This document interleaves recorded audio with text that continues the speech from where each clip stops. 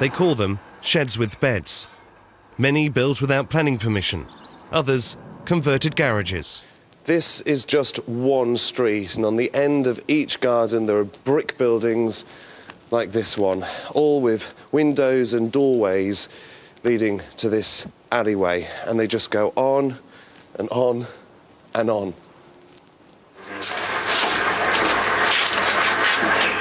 Inside, the accommodation is basic. It's all these illegal immigrants from Punjab can afford. We can barely make ends meet. It's been 2 months and we've only worked 4 days. What can we do? We have to pay the landlords. There are 4 or 5 of us, so we club together to pay it. Their rent, a total of $1,200 a month. Punjabi landlords will risk housing illegal immigrants, but at an inflated price.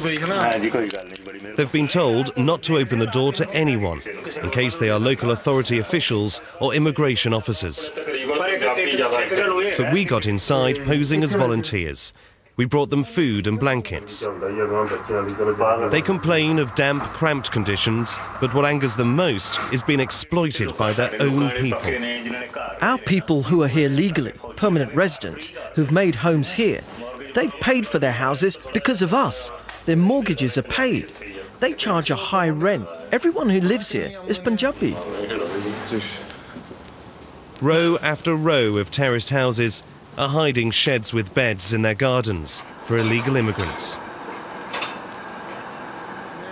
Many of the immigrants we spoke to are paying hundreds of dollars a month to live in squalid, illegal, and in some cases, dangerous buildings.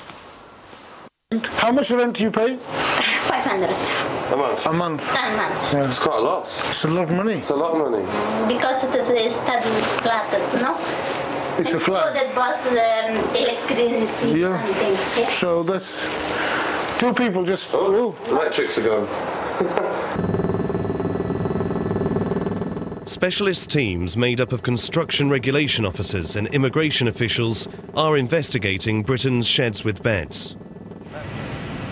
There are an estimated 10,000 illegal dwellings in sheds, garages and outer buildings across London and the home counties. Local councils have detected the highest number in the boroughs of Ealing and Slough. So what are the authorities actually doing to deal with this growing number of so-called sheds with beds? Local authorities say they are often hampered by the law, which means they have to give 24 hours notice before inspecting a property. Plenty of time for landlords and their tenants to conceal evidence.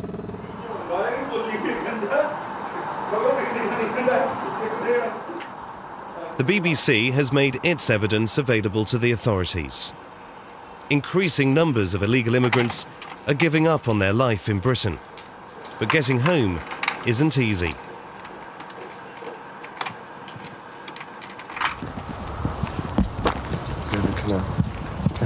Down here. And then...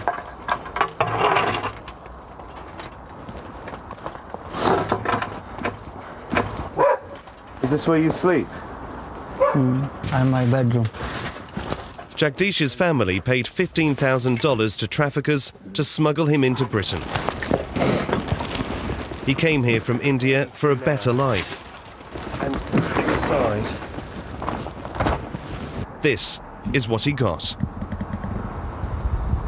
Out of work and penniless, he's found refuge in a derelict garage. When I left and came here, I was told that life was good here. It's not just me, other boys came for work. You can see what state we're in. There's no work, no government help. Jagdish has cut himself off from his family. He would rather they think he is dead than living like this. They sold land and took out loans to get me out of India, to improve our lives, to make life better. But when you get here, there's nothing. There's no work, no money. What can I say to my family back home? The money we've invested is lost. He has handed himself in for voluntary deportation back to India. But here's the problem. Like most illegal immigrants, he destroyed his ID papers when he arrived to make deportation difficult, on the advice of his trafficker. They told me that when you've been here a while, you can get papers, a job, and stay. But those are all stories. In fact, I didn't get anything, a house or a job. Now he's pleading to go home. He must prove his identity. And that can take years.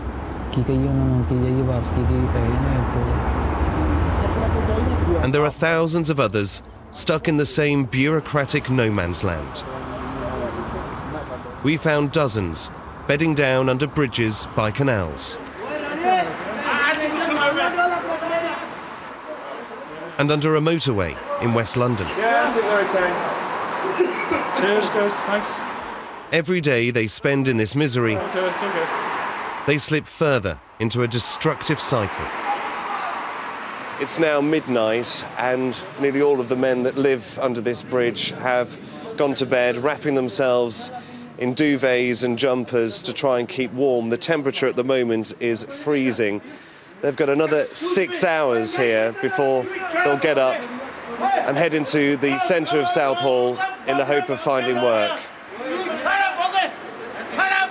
And the atmosphere here is very intense, as you can hear. There's a lot of people that have been drinking all day. Some of them are clearly taking drugs as well.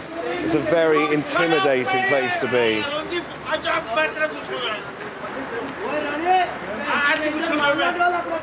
In India, my life is better. Yeah. Here, I'm doing nothing. Yeah. Sleeping rough. 21-year-old Jaspal was jailed for shoplifting. Very bad situation. Now he's back on the streets and on heroin.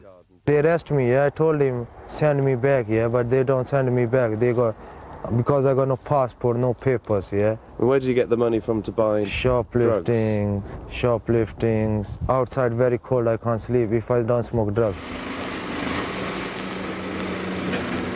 The streets are not for everyone. Colum and Glacier have found refuge on buses. They tell me that many of the drivers are Punjabi and they let them sleep on the bus during the night service. So how long have you been sleeping on the bus? 7 months. 7 months sleeping on night buses. And do the drivers ever kick you off? Do they mind? No? They will travel from Southall to central London and back 6 times as they sleep.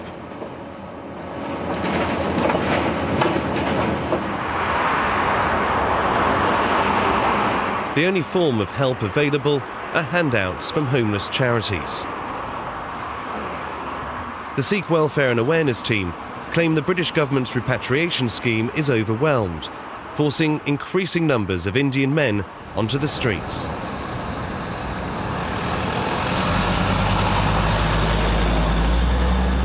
The kind of areas that we find these people sleeping in are mainly in graveyards, in parks, in disused garages, under bridges. They sleep in derelict houses, they sleep in dustbin rooms. I've known cases to drag on for years. Literally years. And do some of them give up hope of ever going back home? Lots and lots of them give up hope of going back.